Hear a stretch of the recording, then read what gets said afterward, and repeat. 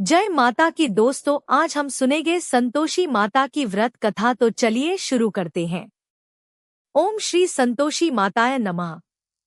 जय संतोषी माता। एक समय की बात है। एक नगर में एक वृद्धा अपने 7 पुत्रों के साथ रहती थी। उसके 6 पुत्र बहुत संपन्न और अच्छे कमाने वाले थे, जबकि सबसे छोटा पुत्र बहुत सरल और भोला था। वह अपनी माता और भाइयों से बहुत प्रेम करता था।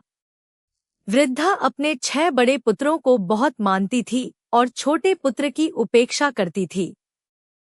घर में जब भी भोजन बनता, 6 बड़े पुत्रों को अच्छे अच्छे पकवान परोसे जाते, लेकिन छोटे पुत्र को बचा हुआ भोजन दिया जाता।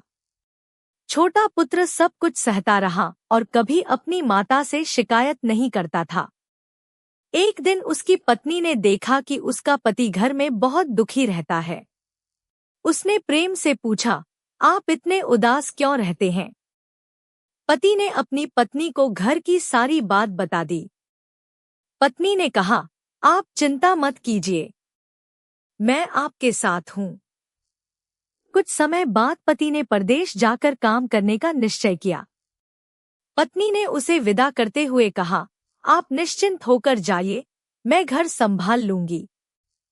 पति परदेश चला गया और मेहनत करके धन कमाने लगा। इधर उसकी पत्नी पति की कुशलता के लिए प्रतिदिन भगवान का स्मरण करती थी। एक दिन उसे रास्ते में कुछ महिलाएं शुक्रवार का व्रत करती हुई दिखाई दी।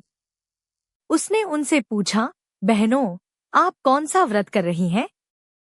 महिलाओं ने बताया, यह संतोषी माता का व्रत है। माता संतोषी अपने भक्तों के दुख दूर करती हैं और मनोकामनाएं पूर्ण करती हैं। उन्होंने उसे संतोषी माता के व्रत की विधि बताई। स्त्री ने श्रद्धापूर्वक संतोषी माता का व्रत आरंभ कर दिया। वह प्रत्येक शुक्रवार को प्रातः स्नान करके संतोषी माता का स्मरण करती, गुड़ और चने का भोग लगाती और माता की कथा सुनती। उसने नियम लिया कि व्रत के दिन खट्टे पदार्थों का सेवन नहीं करेगी और न ही किसी को खट्टा पदार्थ खाने के लिए देगी। वह माता से प्रार्थना करती, हे संतोषी माता, मेरे पति जहाँ भी हैं, उनकी रक्षा करना और उन्हें शीघ्र मेरे पास वापस भेजना।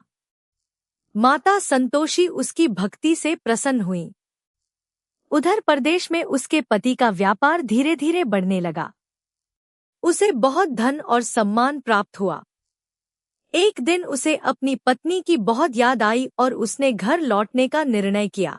जब वह घर पहुंचा तो पत्नी बहुत प्रसन्न हुई। दोनों ने संतोषी माता को धन्यवाद दिया। धीरे धीरे उनके घर में सुख समृद्धि बढ़ने लगी। पत्नी ने माता के प्रति अपनी श्रद्धा और भी बढ़ा दी। कुछ समय बाद उनके घर एक पुत्र का जन्म हुआ। घर में खुशी का वातावरण छा गया।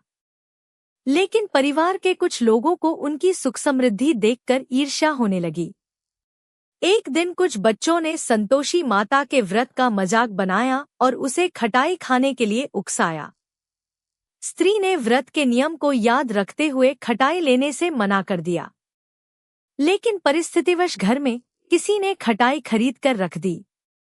इससे व्रत के नियम का उल्लंघन हो गया। संतोषी माता उससे रुष्ट हो गईं और उसके जीवन में फिर से परेशानियां आने लगी। स्त्री बहुत दुखी हुई। उसने माता के सामने हाथ जोड़कर कहा, हे मेरी माता, यदि मुझसे कोई भूल हुई है तो मुझे क्षमा कर दीजिए।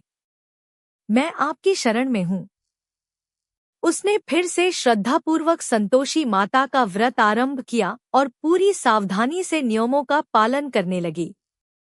माता संतोषी उसकी सच्ची भक्ति से प्रसन्न हुई और उसके सभी कष्ट दूर कर दिए। इसके बाद उसने व्रत का उद्यापन करने का संकल्प लिया। उसने अपने परिवार और बच्चों को भोजन कराया तथा अपनी श्रद्धा के अनुसार गुड़ और चने का प्रसाद वितरित किया। संतोषी माता की कृपा से उसके घर में सुख, शांति और समृद्धि बनी रही।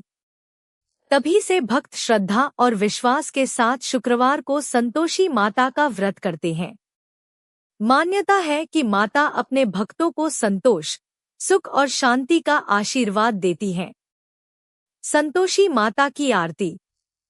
जय संतोषी माता मैया, जय संतोषी माता, अपने सेवक जन की सुख संपत्ति दाता। जय संतोषी माता। माता के चरणों में श्रद्धापूर्वक प्रणाम करें और अपनी मनोकामना उनके सामने रखें। बोलिए संतोषी माता की जय। जय संतोषी माता।